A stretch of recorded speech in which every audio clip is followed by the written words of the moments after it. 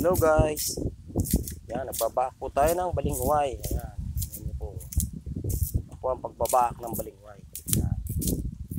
Yan po ang gagamitin nating panali o pangtahi mga guys. Yan po. Yan.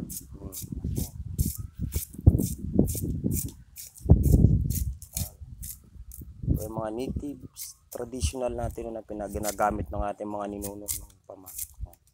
Pero hanggang ngayon po, ating pinakikinabangan pagdating dito sa ganitong sitwasyon sa kabundukan mga guys.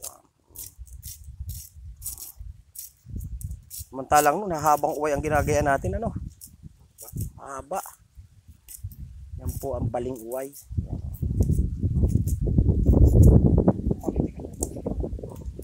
Ayan lang mga guys eh.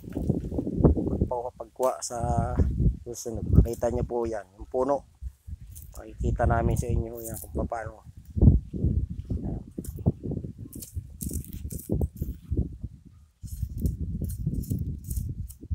Yan, hanggang sa muli mga guys, mapanood yung aming mga ginagamit ng ating mga ninuno noon, traditional na gamit. Yan, sana po ipanoorin nyo. Yan po, binabalitan mga guys. Hanggang sa muli po, see you watching.